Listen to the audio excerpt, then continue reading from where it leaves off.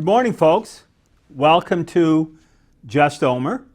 I am Omer C. Ahern Jr., and this is my periodic report to the people of Grafton County and those of you outside of Grafton County that are watching this.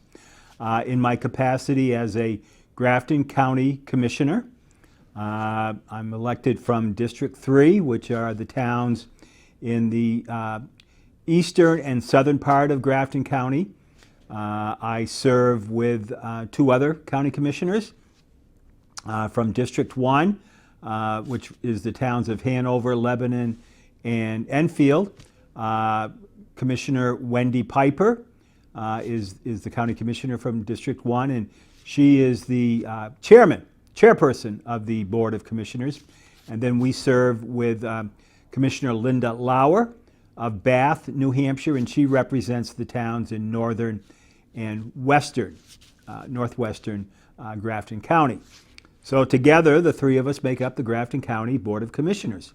And by state statute, originally put into effect back in the 1870s, the county commissioners are responsible for the operation and management of the county nursing home.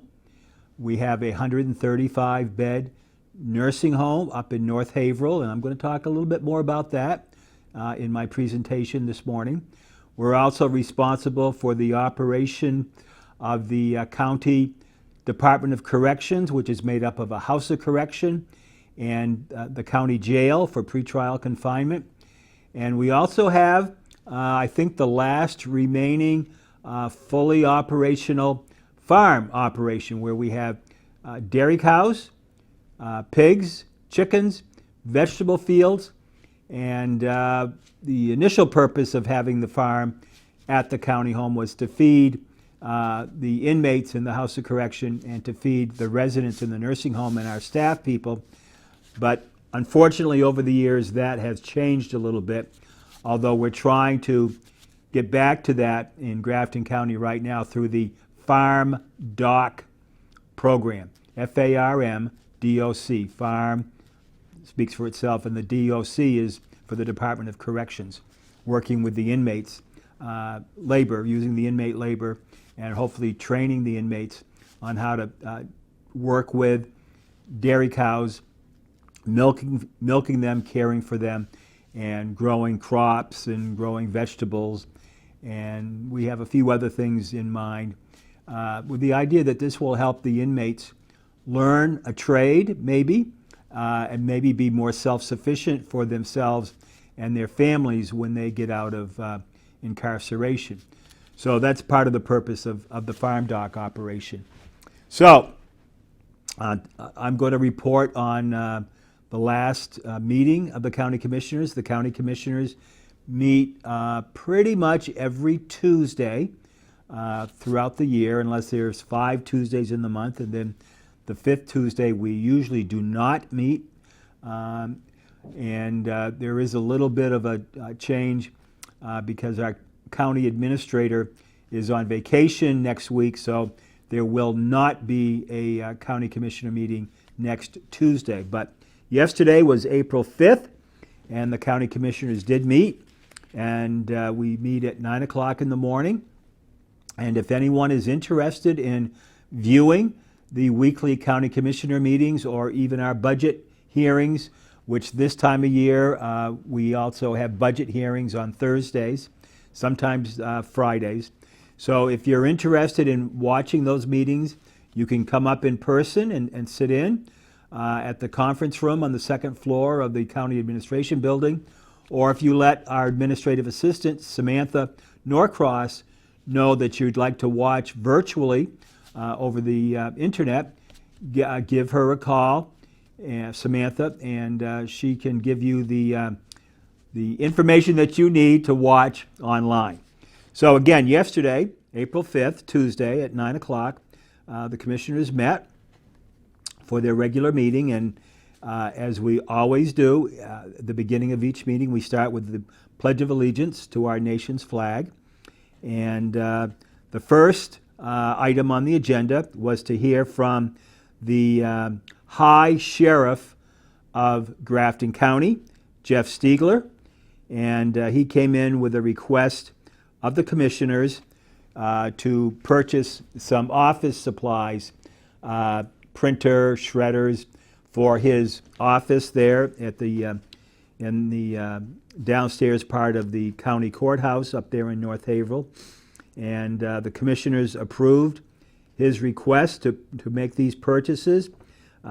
This money was approved as part of the ARPA funding program, the American Relief Fund, that the money is being provided by the federal government as part of the COVID situation.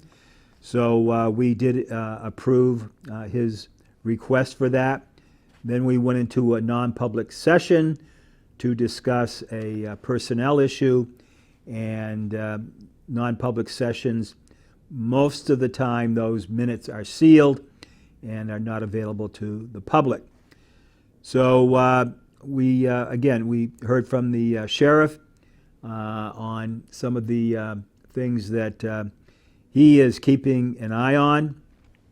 I think I may have mentioned 2 weeks ago that the Sheriff's Department in Grafton County has some outdated, unused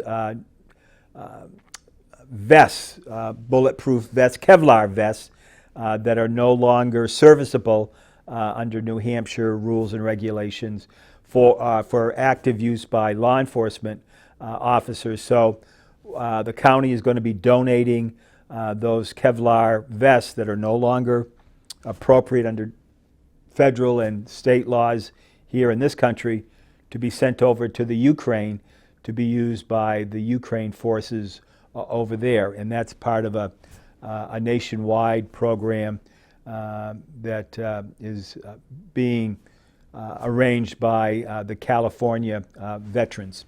So we did make that decision. The next person on the agenda was to hear from Karen Clough, the Human Resource Director, and she submitted her monthly report. And in many ways, this report, as it has been every month since COVID started, is of concern. And one of the things that most of you who watch Just Omer on a regular basis will know that just about every week or every time I make a report, I'm asking for folks out there to consider themselves or family members or people that they know to come and work either in the nursing home, in a nursing or medical capacity, or people to work at the Department of Corrections as corrections officers. We also have some other openings. So this human resource report is dated April 4th, and it tells us what the new hires that we had within the last 30 days, nursing home, the Department of Corrections, and the Sheriff's Department. So we had a total of 8 new hires. Unfortunately, the next item on her report are the separations. So we had a lot more separations than we did new hires. So at this point, what we're looking for, where we have openings at the Grafton County Nursing Home and Department of Corrections, we are looking for, or we need 17.15 licensed nursing assistants. We're looking for RNs and LPNs, registered nurses and licensed practical nurses. We're looking for 15.85 full-time nurses. We're looking for 11 full-time corrections officers at the Department of Corrections. We're looking for 4 housekeepers to work in the nursing home and the administration building. We are looking for an evening clinical assistant. We're looking for 4 full-time and 1 part-time dietary aide. We're looking for an activities aide. We're looking for a licensed maintenance assistant, specifically an electrician. We are looking for an assistant county attorney, and we're looking for a county attorney's office investigator.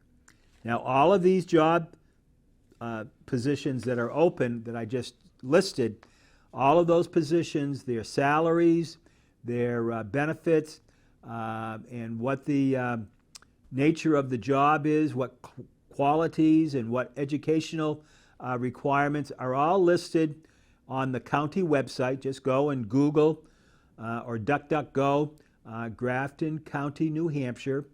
Pull up the website, go to the HR, Human Resource section, and you'll find all of these jobs listed there. And actually yesterday, which was not on this list, but is right now needed, is an assistant director of nursing at the nursing home. That's a new position that's just opened up. And we're also looking for a case manager within the alternative sentencing program, which is juvenile diversion and drug court and mental health court. So we're looking for these other 2 positions. So the Human Resource Department is reviewing the dental rates as one of our benefits at Grafton County. And we are in the process of reviewing a wage study that was requested a number of months ago. There's been a few glitches in that, and so, but the commissioners will be looking into that within the next several weeks. Hopefully we'll have it done before the new county budget is to be addressed so that it can be in effect at the beginning of our new fiscal year 2023, which starts on July 1st. The commissioners can only propose a budget, and they propose that budget and then hand it off to the county delegation. The county delegation is made up of all of the elected House of Representative members elected from Grafton County. So here in the Plymouth area, you've got 3 state reps representing the towns of Hebron, Plymouth, and Holderness. So there's 3 state reps from that district. You've got 1 state rep from the town of Campton, Representative Mark Allegro, and then you've got a representative from the Rumney-Thornton area, Representative Gail Sanborn, and you've got 2 representatives out of the town of Wentworth, but representing a little bit larger districts, Representative Jeffrey Greason and Representative Beth Folsom. So ultimately, it's the delegation that makes the final decision and passes the final budget. Again, the commissioner's budget is only a proposed budget. The county delegation can add to that budget, can add more spending, or they can cut spending from that budget. So that's quite a lot of power. And we're looking at a budget that's going to be somewhere between 42 million and I think around 45 million, so somewhere in that range. My efforts are to reduce the budget so that we have a reduction in property taxes, which we did last year. We had no increase in the county tax rate for the fiscal year 2022. You should have seen that on your property tax bill that came out late last year. So that is the report from the Human Resource Director. The next item on the agenda was the monthly report from the county nursing home administrator, Craig Labor, and that is another area that is, quite concerning to me. I grew up at a county nursing home in New Hampshire over in Sullivan County in Unity, where my mom and dad were the co-administrators of the nursing home from 1956 to about 1980, 83 or 84. And the present census at the nursing home, again, as of April 5th, yesterday, 2022, we had, there were no Medicare residents in the nursing home. And remember, we have a 135-bed nursing home, 135 beds, but we're only able to fill up to 100 of those beds due to the nursing shortage. And we can change that by hiring some of the nurses that are listed on the Human Resource Director's website. So right now there are no Medicare residents in our nursing home. We have 74 Medicaid residents in our nursing home. We have 2 Veterans Administration residents. We have no one in hospice right now. We have 20 private pay residents in our nursing home at this time. So that totals 96. So we have, at that point, we have 4 beds that we can fill, so we don't go over 100, because there is this ratio of nursing staff to residents that the federal government and the state government has in place, which prevents the county from bringing in more residents because of their ratios. And so we have to make sure we follow those ratios to the extreme letter, otherwise we lose funding.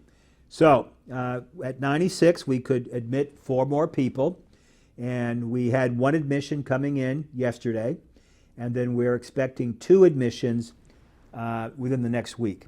So that'll get us close to our 100 resident maximum at this point in time due to the COVID situation. In the last month, we've had 2 admissions, 2 deceased residents, but we had no discharges.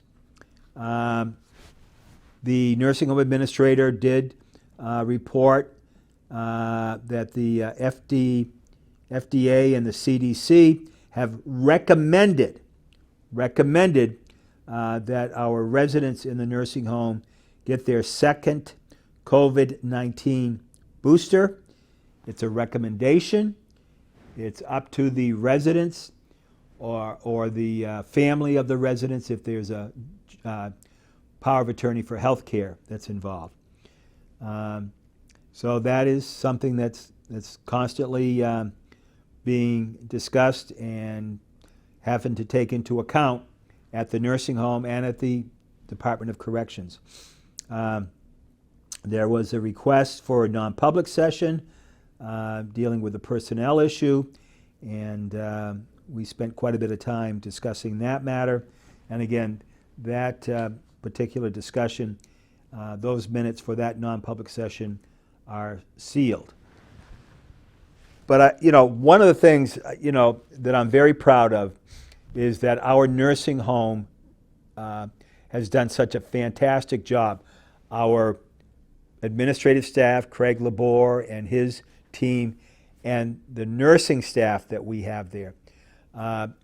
Since the beginning of April, since the middle of April of 2020, there has not been a single COVID-related death at the Grafton County Nursing Home.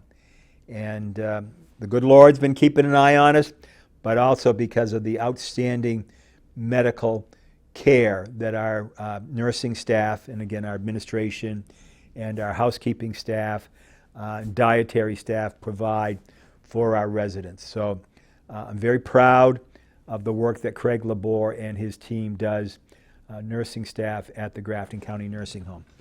And it's so sad that I'm sure there are families out here in Grafton County that have a loved one that really could use nursing home care, but we're just not going to be able to provide that at this time. We do have a waiting list. We have a waiting list, and but until we can get more nursing staff on board, licensed nursing staff, we have to keep our census in line with the not the recommendations, the requirements of the state and federal licensing boards. The next item on the agenda was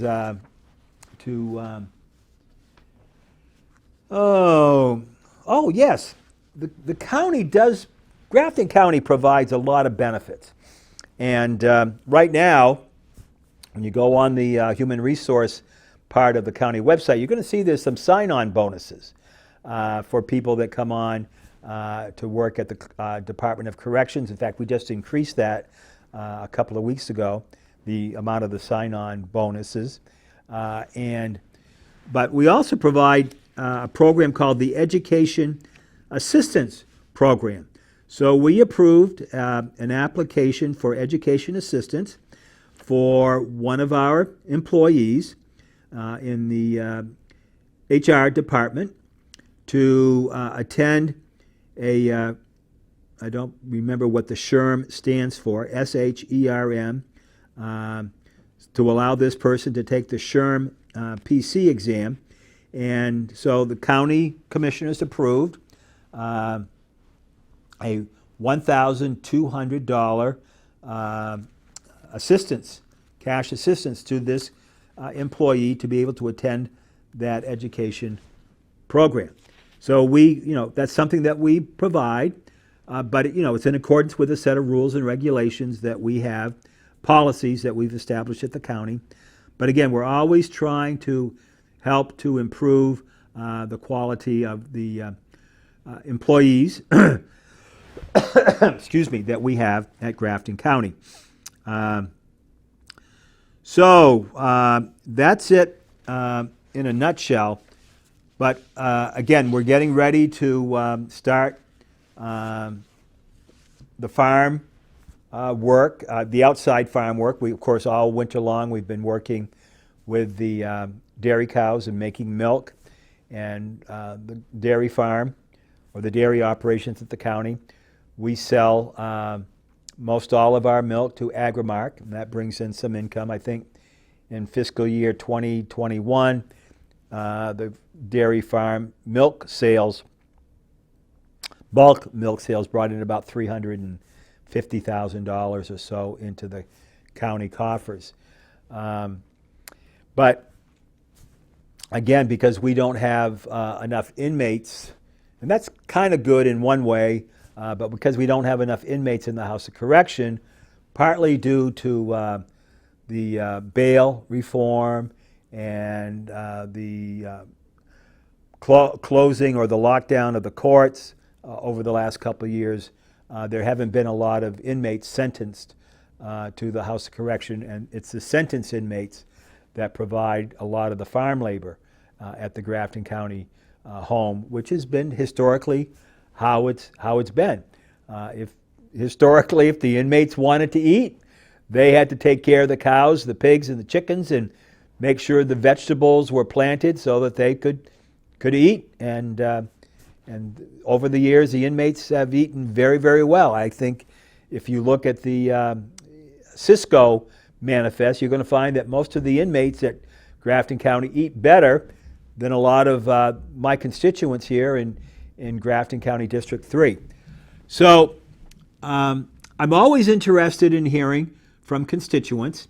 I know I've heard from most of the constituents I hear from it's about trying to get a loved one, an elderly parent or grandparent into the nursing home. All I can do is help explain to folks what the process is, because the nursing home does have its own admission process. whether or not the proposed resident is going to be Medicaid eligible or VA eligible. There is a lot of paperwork. So if you've got a loved one that you're concerned about that maybe in the future may need some nursing home care, it might be a good idea to, put in an application now, because there is, some time that is taken in order to process the application. Couple of other things that are going on at the county home right now is, again, we've got the wage study that the commissioners will be working on. We're going to be working on making some more, hopefully, recommendations on how to proceed with the farm doc program. We did have a bit of a initial study by Glenn Libby, one of the farm workers. You may remember that name. Glenn used to be the superintendent of the House of Correction until he retired, I think 6 or so years ago. So the commissioners will be talking about that in a couple of weeks. And but because we don't have the labor, we can't really plant a lot of vegetables in the vegetable fields that we have. And we have some outstanding agricultural land up there on the banks of the Connecticut River. But our dairy operation is going very, very well. Again, we have pigs, and we're going to be having some piglets to sell here pretty soon. That's another call I get, is local people looking to find some piglets to buy. And the county has always been a source of very good quality piglets. So if I'm not sure how many piglets we've got going to be born here in the next couple of months, but maybe we don't have an awful lot of offerings available. The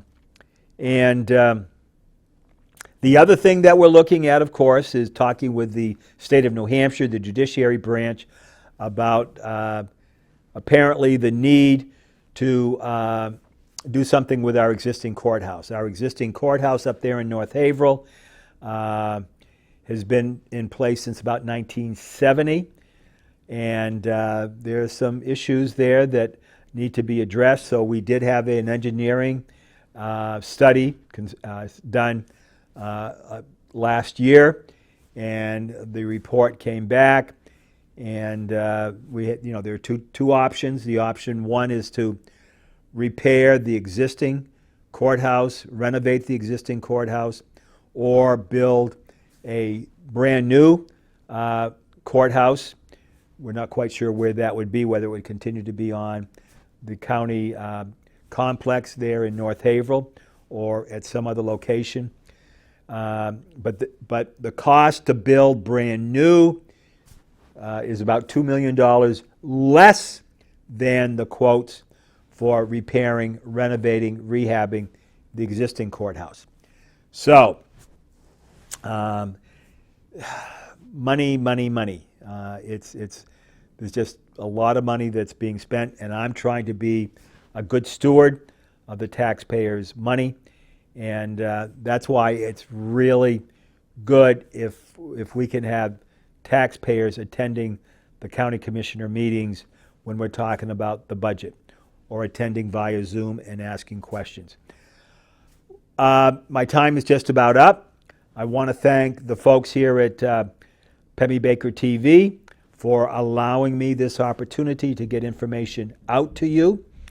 My phone number, it's the only phone I've got. It's a landline, 603-764-6024.